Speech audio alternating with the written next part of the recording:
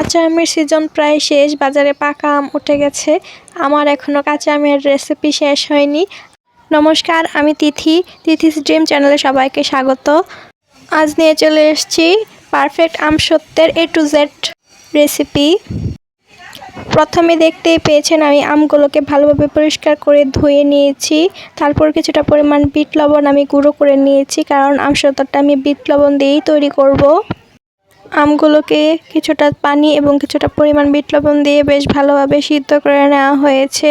তারপর ঠান্ডা হয়ে গেলে চালনির মাধ্যমে বেশ ভালোভাবে চেলে নেওয়া হয়েছে। চেলে নেওয়া আমের রসটি একটি কড়াইয়ের মধ্যে নিয়ে তার মধ্যে বড় হাতা দিয়ে 3 চামচ চিনি এবং 3 চামচ ভাজা মশলা দিয়ে দেওয়া হয়েছে। আপনারা যত চামচ চিনি ব্যবহার করবেন, ছোট চামচের ঠিক তত চামচই ভাজা মশলাটা ব্যবহার করবেন। সাথে দিয়ে দেওয়া হয়েছে 1 চামচ চিলি ফ্লেক্স। ভাজা মশলাটার মধ্যে রয়েছে 5 ফোড়ন এবং গোটা গরম মশলা। এগুলোকে শুকনো কড়াইয়ে ভালোভাবে টেলে আমরা ব্লেন্ডার জারে ব্লেন্ড করে নিয়েছি।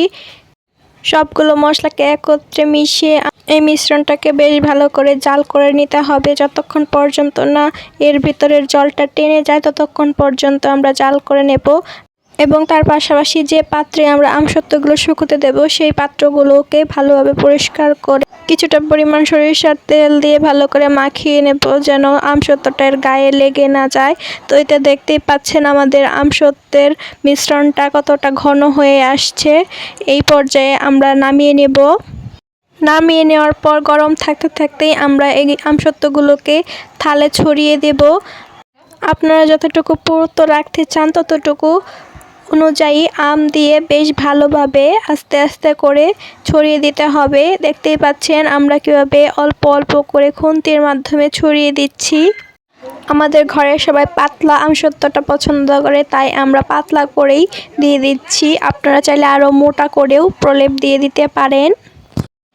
এভাবে করে আমরা মোট 3টি থালের মধ্যে আমসত্ত্বের যে মিশ্রণটা সেটা দিয়ে ভালোভাবে কথা বলতে বলতেই আমার এখানে প্রায় 3টি থালের মধ্যে সুন্দরভাবে আমসত্ত্বটা ছড়িয়ে গুছিয়ে নেওয়া হয়েছে।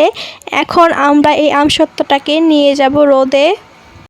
রোদে দিয়ে দিলে কি হবে, আকাশে রোদ নেই, মেঘলা, দুর্ভাগ্যের বিষয়। তো কি আর করা যাবে, বেশ কিছুক্ষণ অপেক্ষা করার পর মেঘ কাটিয়ে সূর্যের উদয় হলো। তারপর আস্তে আস্তে কড়া রোদে এই আমসত্ত্বগুলোকে আমরা 3 থেকে 4 দিন ভালোভাবে শুকিয়ে নেব।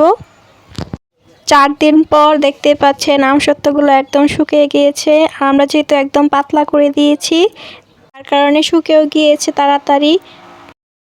আগে যেহেতু থালের মধ্যে তেল ভরিয়ে নেওয়া হয়েছে, যার কারণে দেখতেই পাচ্ছেন টান দিলেই কি সুন্দর উঠে যাচ্ছে, থালের সাথে একদমই লেগে যাচ্ছে না। এইখানে আমার মা দেখতেই পাচ্ছেন কত সুন্দর ঘুরিয়ে ঘুরিয়ে আস্তে আস্তে করে তুলছে। যেহেতু আমাদের আমসত্ত্বগুলো অনেক বেশি পাতলা হয়েছে, তার জন্য আস্তে আস্তে তুলতে হচ্ছে, তা না হলে আরও ভালোভাবে সুন্দর করে উঠে যেত।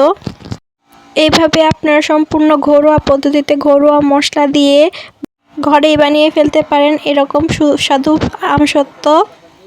এই আমসত্ত্ব সর্বোচ্চ আপনারা 1 বছর সংরক্ষণ করে খেতে পারবেন।